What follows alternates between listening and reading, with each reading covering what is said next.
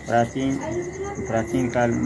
प्राचीन काल में करवा नाम की एक अपतिव्रता मगर ने उसका पैर पकड़ लिया।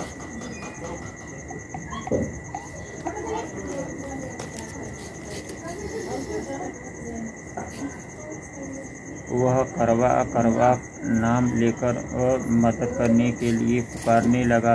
उसकी आवाज़ सुनकर उसकी पत्नी दौड़कर आई और उसने मगर को कच्चे धागे से बांध दिया। मगर को बांधकर वह यमराज के यहाँ पहुँची और यमराज से बोली, भगवान, मगर ने मेरे पति का पैर पकड़ लिया है, अतः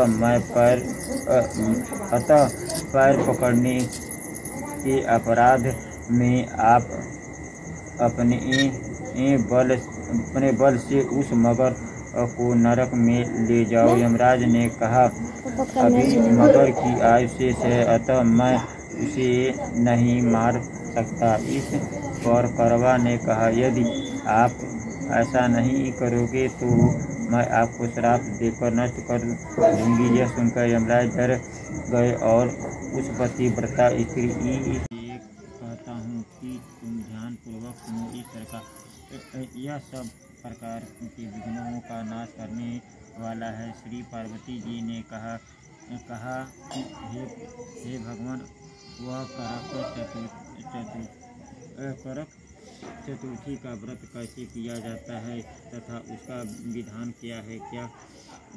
क्या पहले भी इस प्रकार व्रत को किसी ने किया है? शंकर जी बोले, पार्वती, अनेक प्रकार के रत्नों से, ऐसे स्वरूप से भी मनोहर परम रमणीक शुक्र प्रस्थनपुर दिल्ली शहर में एक वेद और उसको महापराक्रमी 7 फुट और संपूर्ण रथों से युक्त वीरवती नाम की एक कन्या उत्पन्न हुई। उसकी आंखें नील कमल के समान और मुख चंद्रमा के समान। उसके विवाह के योग्य समय आ जाने के पर वेद शर्मा ने भक्ति भाव से वटवृक्ष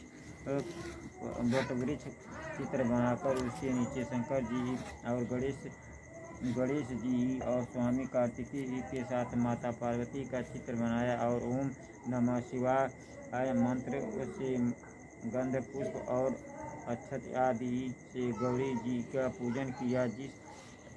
फिर श्री गणेश जी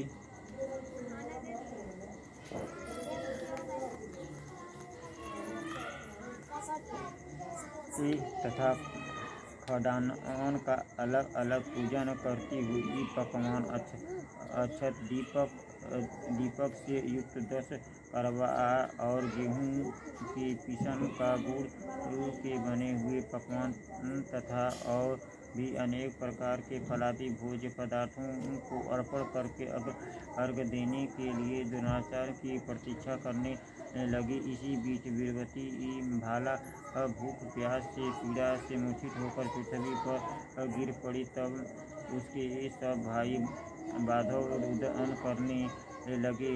फिर वीरवती का मुख धोकर पंखे से हवा करके उसको ढांढस बांधने लगे कि वह चंद्रमा उदय होने वाला है। उसका एक भाई चिंतायुक्त होकर एक महान वटवृक्ष पर चढ़ गया। बहन के प्रेम से दुखी भाई ने जलती हुई लुकारी देकर चंद्रमा के उदय होने का बहाना कर दिया। वीरवती ने चंद्रमा का उदय जानकर दुख त्याग करके विधि विधान से अर्घ देकर भोजन कर लिया। इस प्रकार व्रत के दूषित हो जाने के कारण उसका पति मर गया। तब वीरवती ने अपने पति को मरा हुआ देखकर वह पुनः शिव जी का पूजन 1 वर्ष तक निराहार रहकर किया। वर्ष के समाप्त होने पर करक चतुर्दशी का व्रत उसकी भौजाइयों ने किया। वीरवती ने भी पूर्वोक्त विधान से व्रत किया।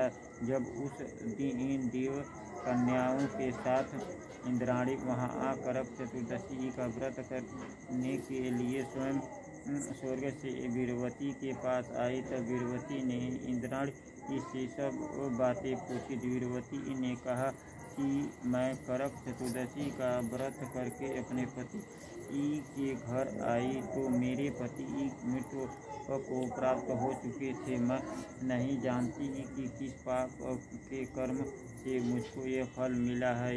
हे मातेश्वरी, मेरी भाग्य से आप यहाँ आ गई हैं तो मेरे पति को जीवित करके मुझे कृपा कीजिए। इंद्राणी ने कहा कि सुबह गत वर्ष जो तुमने अपने पति के घर में करक चतुर्दशी का व्रत किया था तो बिना चंद्रमा के उदय ही तुमने अर्घ दे दिया। इसी से व्रत दूषित हो गया। तुम्हारा पति मृत्यु को प्राप्त हो गया। अब तुम रत्न के साथ इस करक चतुर्दशी का व्रत करो। तत्पश्चात इस व्रत के प्रभाव से तुम्हारे पति को जीवित कर दूंगी। श्री कृष्ण जी कहने लगे कि हे द्रौपदी, इंद्राणी के वचन सुनकर वीरवती ने ध्यान पूर्वक उस व्रत को किया। इसी प्रकार उसके करक चतुर्दशी का व्रत करने से इंद्राणी ने प्रसन्न होकर जल के द्वारा अभिषेचन कर उसके पति को जीवित किया। वह देवताओं के समान हो गया। इसके पश्चात वीरवती ने अपने पति के साथ घर आकर आनंद पूर्वक रहने लगी।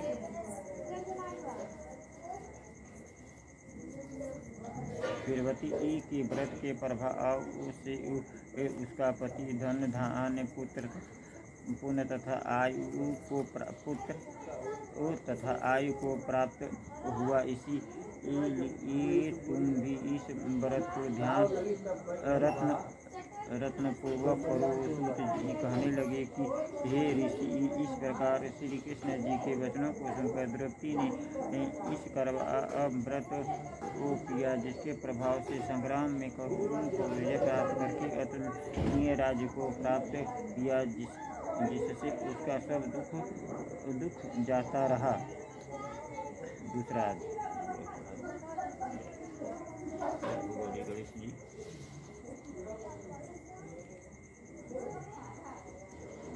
एक साहूकार था जिसके 7 बेटे और 1 बेटी थी। 7 भाइयों बहन एक साथ बैठकर भोजन करते थे। एक दिन कार्तिक का चौथ का व्रत आया तो वो भाई बोला कि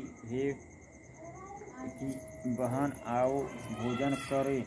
बहन बोली कि आज करवा चौथ का व्रत है, चाँद उगने पर ही खाऊंगी। तब भाइयों ने सोचा कि चाँद उगने तक बहन भूखी रहेगी, तो एक भाई ने दिया जलाया। दूसरे भाई ने छन्नी लेकर उसे ढका और नकली चाँद दिखा बहन से कहने लगा कि चल, चाँद उग आया है, अर्घ दे ले।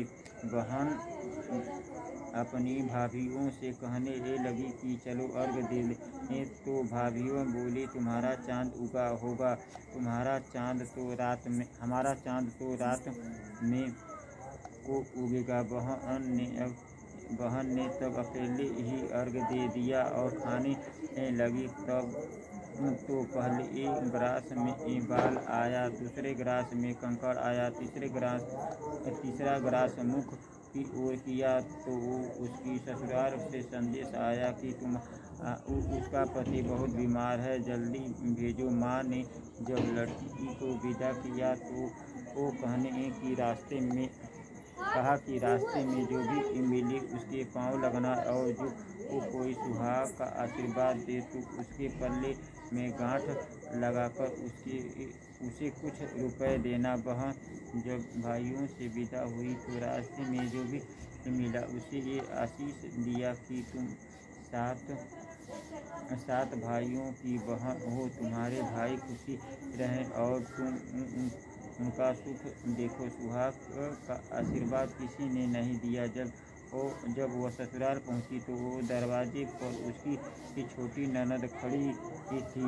वह उसके पाँव उसके भी पाँव लगी तो उसने कहा कि सुहागिन रहो सपूती हो। तो उसने यह सुनकर पल्लों में गांठ बांधी और ननद को सोने का सिक्का दिया। तब भीतर गई तो सासू ने कहा कि पति धरती पर पड़ा है। तो वह उसके पास जाकर उसकी सेवा करने के लिए बैठ गई। बाद में सासू ने दासी के हाथ बची खुची रोटियां भेज दी। इसी प्रकार से समय बीतते बीतते मार्गशीर्ष की चौथ आई तो चौथ माता बोली करवा ले भाइयों की प्यारी करवा ले। लेकिन जब उसे चौथ माता नहीं दिखलाई